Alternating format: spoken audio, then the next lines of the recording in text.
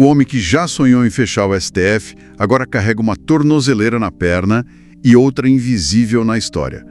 Hoje a gente vai analisar como a tornozeleira de Bolsonaro marca não só a queda de um ex-presidente, mas assim, o colapso simbólico da extrema-direita no Brasil. E por que isso ainda está longe, né? Longe de ser o fim da guerra. Hoje é sábado, 19 de julho de 2025, e esta é uma edição extra, sabe? Motivada pelos acontecimentos de ontem, sexta-feira. O foco desta edição é entender como essa tornozeleira eletrônica, que foi imposta a Jair Bolsonaro pelo Supremo Tribunal Federal, o STF, como ela simboliza um abalo político e moral para a extrema-direita no Brasil. É bem mais que uma simples medida cautelar, né? É, exato. É um ponto crucial mesmo. Representa, assim, o enfraquecimento visível de um projeto que demonstrava traços autoritários, né? Essa medida do STF, ela surge depois de várias revelações sobre planos que foram interpretados como tentativas de golpe, sabe? E também articulações internacionais que buscavam, de alguma forma, desestabilizar a democracia. E teve ainda declarações do próprio ex-presidente e do filho dele, o Eduardo Bolsonaro, que complicaram a situação. Sim, e é importante a gente ressaltar, né? Com base no que foi divulgado, que a investigação não é descrita como revanchismo, pelo menos não pelas fontes oficiais. Alguns setores ligados a Bolsonaro alegam isso, mas o que se apresenta é que é resultado de um trabalho da Polícia Federal, da PF, que foi validado pelo STF. Sim, as evidências que foram apresentadas são consideradas bem robustas. Existem documentos que indicariam, veja bem, conhecimento prévio por parte do Bolsonaro daquela chamada minuta do golpe, lembra? Lembro, aquele texto que circulou. Isso, detalhando planos para contestar ou anular o resultado eleitoral e que teria sido compartilhada com militares, aliados políticos e até, dizem, com estrangeiros. E a apreensão de celulares e outros dispositivos revelou, segundo as investigações, claro, registros de reuniões com pautas golpistas, gravações, anotações. Além disso, encontraram $14 mil e R$8 mil em espécie. Isso levantou suspeitas, né? De risco de fuga ou talvez movimentações financeiras não declaradas. O próprio Bolsonaro ele chegou a comentar publicamente que ele acreditava na possibilidade de ser preso, né? É verdade, ele mesmo falou sobre isso.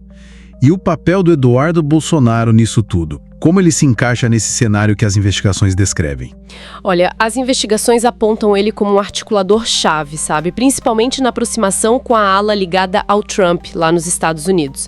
Consta que ele manteve contato direto com figuras como Steve Bannon e o Jason Miller, bem próximos ao Trump. E tem relatórios da Polícia Federal indicando que canais diplomáticos podem ter sido usados para disseminar desinformação sobre o processo eleitoral aqui no Brasil. A ideia seria talvez buscar apoio externo para questionar as eleições. Algo um pouco parecido com o que aconteceu lá na invasão do Capitólio nos Estados Unidos, sabe? Entendi. Tentando garantir um suporte internacional para uma eventual contestação do resultado aqui, né? Exatamente, essa seria a linha de investigação. E aí, a imagem do herói patriota que ele tanto cultivou virou a do delinquente com tornozeleira.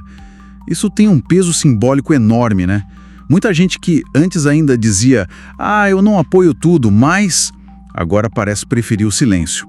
A tornozeleira não é só uma restrição legal.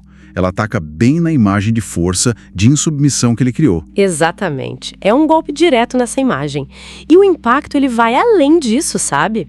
A proibição do uso de redes sociais, que também foi imposta pelo STF. Ah, sim. Isso foi grande. Foi enorme. Atingiu o coração da estratégia de comunicação bolsonarista.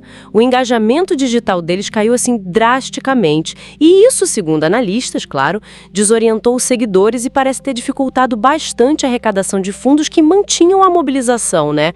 A máquina de comunicação, de desinformação, perdeu o comando central. Isso enfraqueceu a base e promoveu um esvaziamento bem perceptível do movimento. Um cenário complexo e ainda em desenvolvimento. Bom, fique por aí, voltamos após um breve intervalo.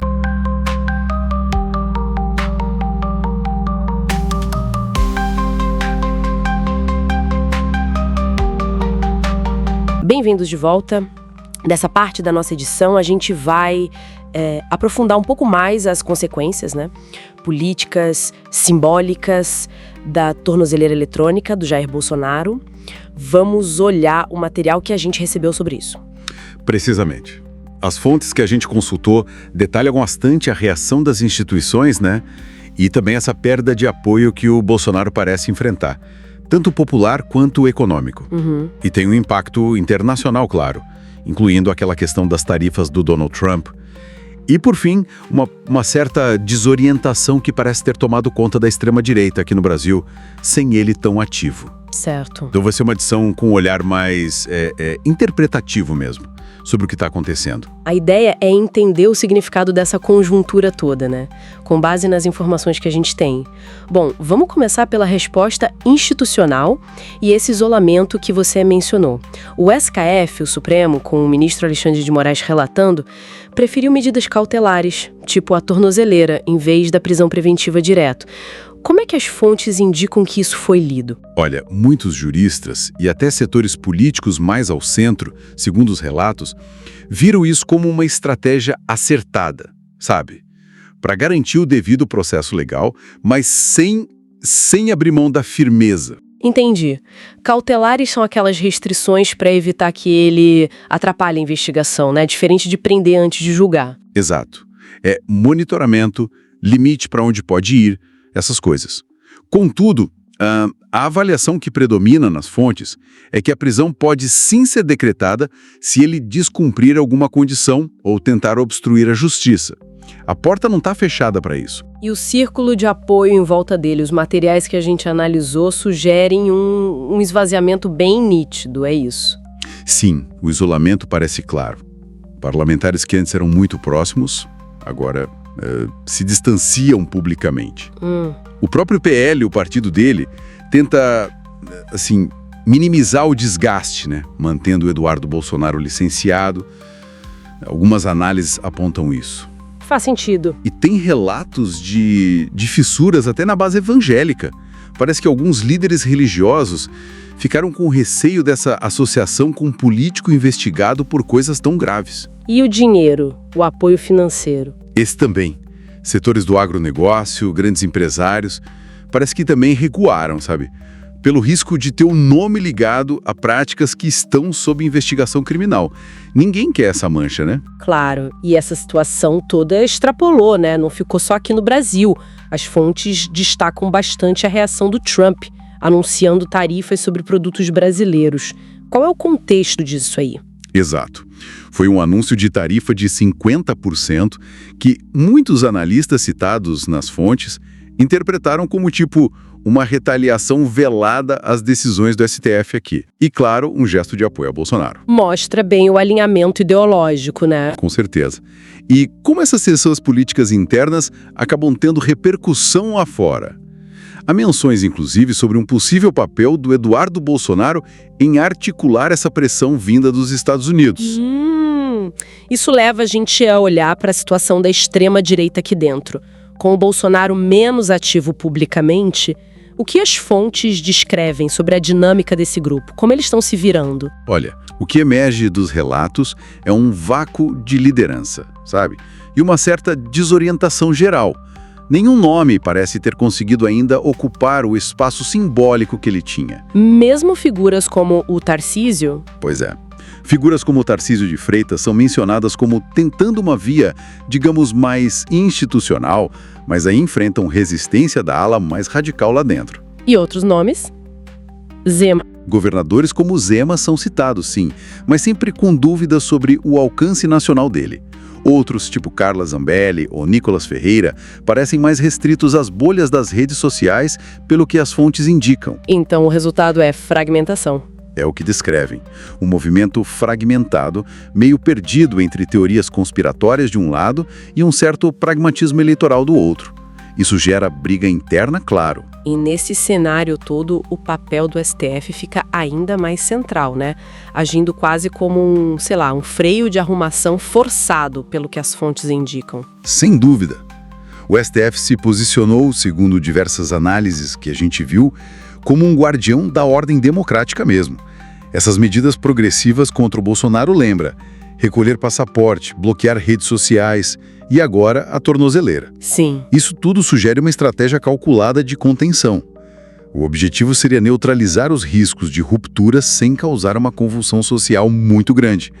Talvez uma lição aprendida com os eventos de 8 de janeiro de 2023, né? Entendi. Então, o que tudo isso significa no quadro maior? A gente está vendo o fim de um ciclo político específico? O que as fontes sugerem? As fontes sugerem que sim, que é um momento histórico, que se assiste ao declínio de um projeto político com traços bem autoritários.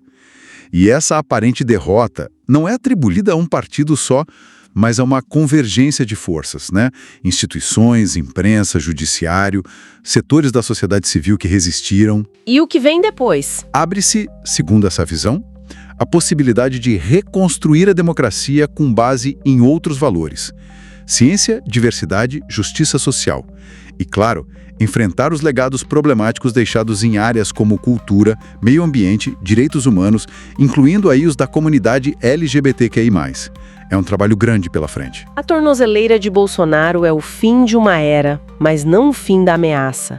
É preciso entender que a extrema-direita não depende de um homem, ela depende do medo, da mentira e da memória curta. Se você quer continuar acompanhando essa desmontagem do bolsonarismo com análise crítica, ironia e sem passar pano, se inscreve no canal. Porque enquanto eles tentam reescrever o passado, a gente expõe o presente.